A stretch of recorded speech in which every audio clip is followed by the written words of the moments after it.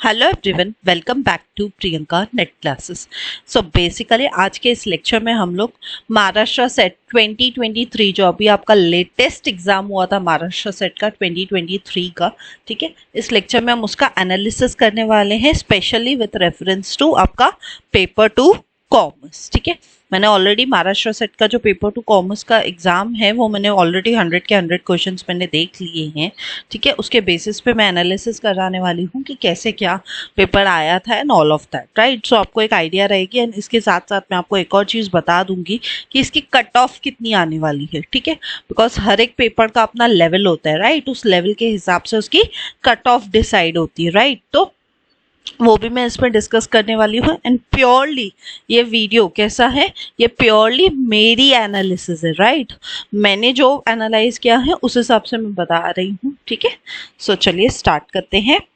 सबसे पहली चीज़ with respect to Maharashtra SET जो आपको ध्यान रखनी है और जो मैंने देखा जो लेवल ऑफ एग्जाम था, ठीक है, वो कैसा था, वो था एवरेज। एवरेज कैसे था, क्योंकि मुझे क्या लगा जो आपने जिन भी स्टूडेंट्स ने आप में से PYQ सॉल्व किए थे ना, उनके लिए पेपर मुझे तो इजी लगा होगा मेरे हिसाब से। क्यों? क्योंकि अगर आपने PYQ सॉल्व किए होंगे तो आपको पता होगा कौन से टॉपिक से बार बार क्वेश्चन पूछे जा रहे थे। एंड इस बार भी महाराष्ट्र सेट 2023 का जो एग्जाम हुआ था उसमें भी सेम ही लेवल देखा गया। पूरा जो पेपर का लेवल था एवरेज ही था। कुछ क्वेश्चंस एकदम ही इजी आए थे, कुछ मीडियम लेवल के थे एंड कुछ हार्ड भी आए थे।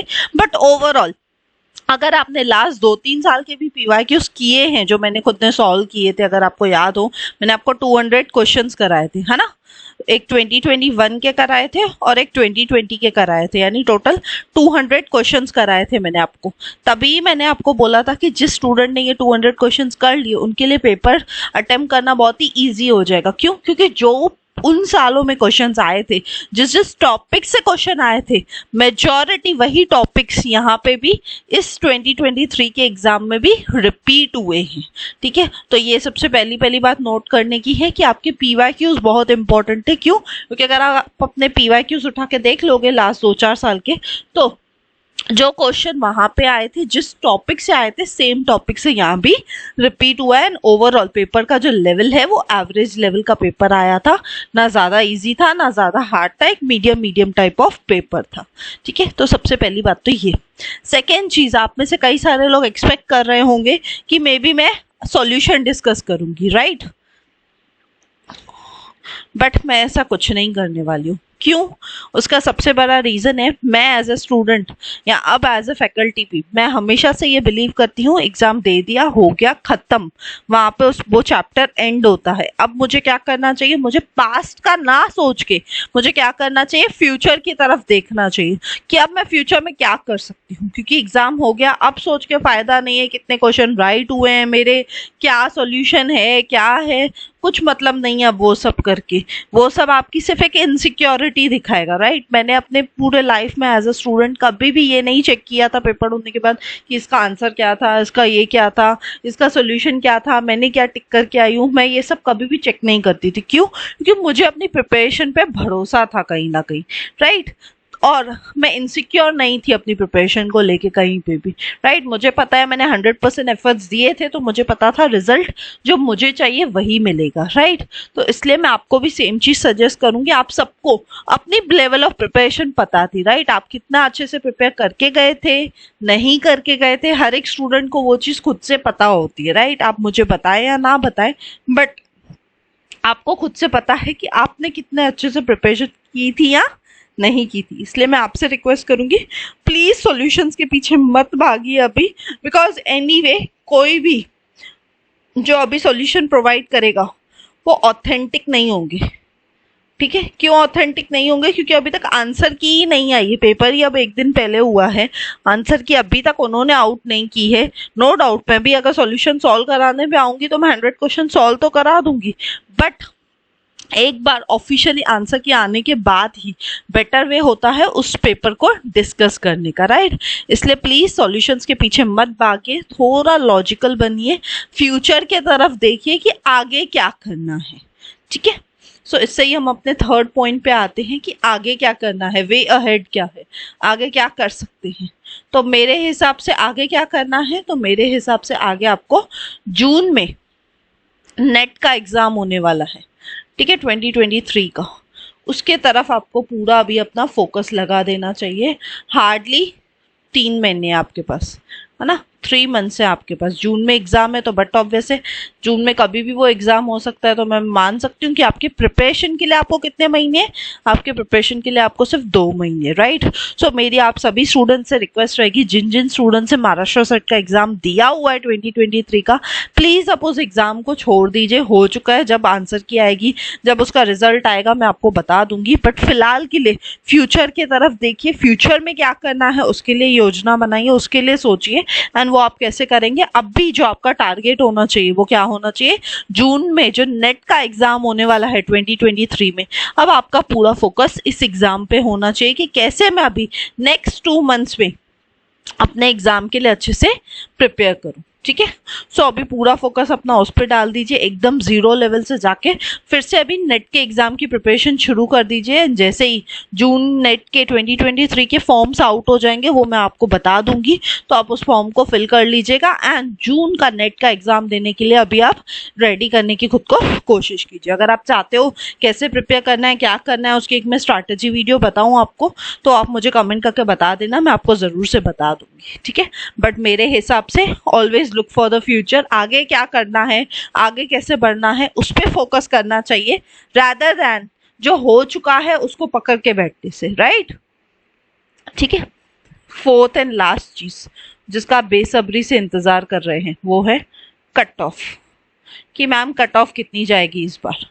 सो मैं बता दूं, सेट के एग्जाम में पासिंग कुछ नहीं होता है, ठीक है, पासिंग जैसी कोई चीज नहीं होती है। डजंट मीन कि आप पासिंग मार्क्स लेके आ गए तो आप एग्जाम को क्वालिफाई करके, ऐसा कुछ नहीं होता है। सेट के एग्जाम में क्या मैटर करती है, कट ऑफ मैटर करती है। क्या मैटर करती है, कट ऑफ। तो मेरा जो अंदाजा है, आपकी कट ऑफ ऑलमोस्ट कितनी जाएगी, 60% कट ऑफ अप्रॉक्स जाएगी, ठीक है। 60% के आसपास ही आपकी कुछ ना कुछ कट ऑफ होनी चाहिए। आप ऐसे मान के चल सकते हो 55 to 60%, ठीक है। 55 to 60% के बीच में ही आपकी कट ऑफ रहेगी, यानी इसी नंबर के बीच में मुझे लगता है आपका कॉमर्स का कट ऑफ रहने वाला है, ठीक है।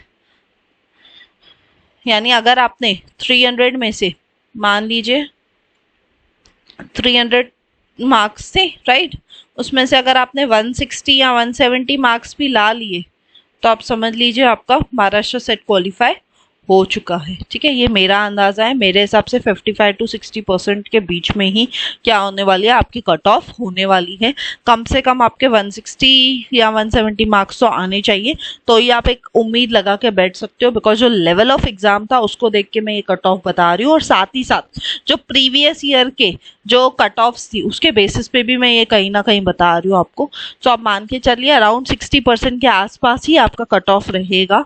तो अगर आपने उतना भी पेपर अच्छे से राइट किया है, सो डोंट यू वरी, आपका महाराष्ट्र सेट एनीवे क्वालिफाई हो जाएगा, ठीक है। बट दैट डजंट मीन कि आप नेट की तैयारी नहीं करोगे। प्लीज अपना टाइम वेस्ट मत कीजिए, अभी से ही अपना पूरा फोकस किस पे लगा दीजिए, अभी से ही अपना पूरा फोकस जून में जो नेट का एग्जाम होने वाला है उस पे लगा दीजिए, बिकॉज सेट का रिजल्ट आने में भी 2 से 3 महीने लग सकते हैं, राइट। तो instead of waiting for the result आप आगे की प्रिपरेशन शुरू कर दो। कैसे करनी है वो उस पर मैं एक वीडियो बनाकर बता दूंगी आपको, अगर आपको चाहिए तो। बट अभी पूरा फोकस आपको क्या रखना है, जून के नेट के एग्जाम के ऊपर ही रखना है, ठीक है। एंड ट्रस्ट मी, सेट का एग्जाम फिर भी क्वालिफाई करना बहुत इजी है, क्योंकि यहाँ पे कट ऑफ 55 to 60% के आसपास जाएगी। लेकिन नेट का एग्जाम क्वालिफाई करना डिफिकल्ट होता है, क्योंकि यहाँ पे आपका जो रिजल्ट है कॉमर्स का वो किस में आता है, परसेंटाइल में आता है। तो परसेंटाइल में स्कोर करना थोड़ा डिफिकल्ट हो जाता है, और परसेंटेज में, क्योंकि सेट का एग्जाम का रिजल्ट कैसे आता है, परसेंटेज में आता है।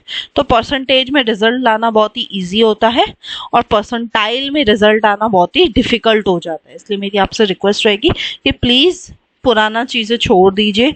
सेट का एग्ज़ाम कितने क्वेश्चंस राइट किए, क्या हुआ, वो सब चेक करके कोई फ़ायदा नहीं है अभी, कोई भी नहीं, क्योंकि आपको भी पता है आपने कितनी प्रिपरेशन की थी। आप में से कुछ कुछ स्टूडेंट्स हैं जिन्होंने मुझे लास्ट 2-4 दिन में कॉल करके पूछा था या मैसेजेस में पूछा था कि मैडम हम तो अब लास्ट मोमेंट पे बताओ हम क्या करें।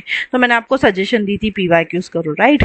कुछ स्टूडेंट्स है जो स्टार्टिंग से आप में से जुड़े हुए थे मेरे साथ, एकदम स्टार्ट से प्रिपेयर कर रहे थे, राइट। आप लोगों ने, जिन लोगों ने अच्छे से प्रिपरेशन की है, आपको भी पता है हमने अच्छे से प्रिपेयर किया था।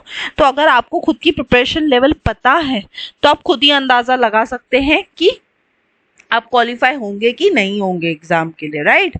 सो इसलिए ये सब चीज़ें ना सोच के अब क्या सोचना चाहिए, अब आपको जून के नेट के अटेम्प्ट की तरफ ध्यान देना चाहिए, ठीक है। सो ये था मेरा ओवरऑल एनालिसिस आपका महाराष्ट्र सेट का 2023 एग्जाम का। लेवल ऑफ एग्जाम ऑब्वियस है, इजी था, एवरेज काइंड ऑफ पेपर था। जो आपने PYQs में देखे थे वैसे ही सिमिलर काइंड ऑफ टॉपिक से क्वेश्चन आए थे। कट ऑफ आपका 55 to 60% जाएगा, उससे ज़्यादा नहीं जाएगा मेरे हिसाब से। लेवल ऑफ एग्जाम भी मैंने बता दिया है। सॉल्यूशंस अभी डिस्कस करने की कोई नीड नहीं है, क्योंकि सॉल्यूशंस ऑथेंटिक हो भी सकते हैं, ना भी हो सकते हैं, इसलिए मैं उस चीज़ की गारंटी नहीं ले सकती कि कोई भी अगर सॉल्यूशन डिस्कस करता है तो वो कितने राइट है कि नहीं है, राइट। और फ्यूचर स्कोप क्या है, आपको अभी जून के एग्जाम की तरफ, नेट के एग्जाम की प्रिपरेशन करनी चाहिए, ठीक है। सो यही कुछ चीज़ें थी जो आपको समझनी है। हमेशा देखिए फ्यूचर का अप्रोच रखिए, ना कि पास्ट का। मैं हमेशा से ये बिलीव करती हूँ, मैंने ज़िंदगी में कभी भी एग्ज़ाम देने के बाद कभी नहीं सोचा है कि एग्ज़ाम में मेरा आंसर क्या था, रियल में आंसर क्या है क्या नहीं। मैं हमेशा ये सोचती थी मेरी प्रिपरेशन कैसी थी, और मुझे अपनी प्रिपरेशन पता होती थी, राइट। आपको भी अपनी प्रिपरेशन पता है, तो बस उस चीज़ को ध्यान में रख के अपनी जून के एग्ज़ाम की प्रिपरेशन शुरू कीजिए। एंड एक चीज़ और ध्यान रखिएगा, आपने कितने अच्छे से प्रिपेयर किया था कि नहीं, वो अब चीज़ मैटर नहीं करती, लेकिन आप जून के नेट के एग्ज़ाम के लिए कितने अच्छे से प्रिपेयर करेंगे वो चीज़ बहुत मैटर करती है। तो अभी अपना पूरा फोकस जून के नेट के एग्ज़ाम की तरफ ही फोकस कीजिए, राइट, ठीक है।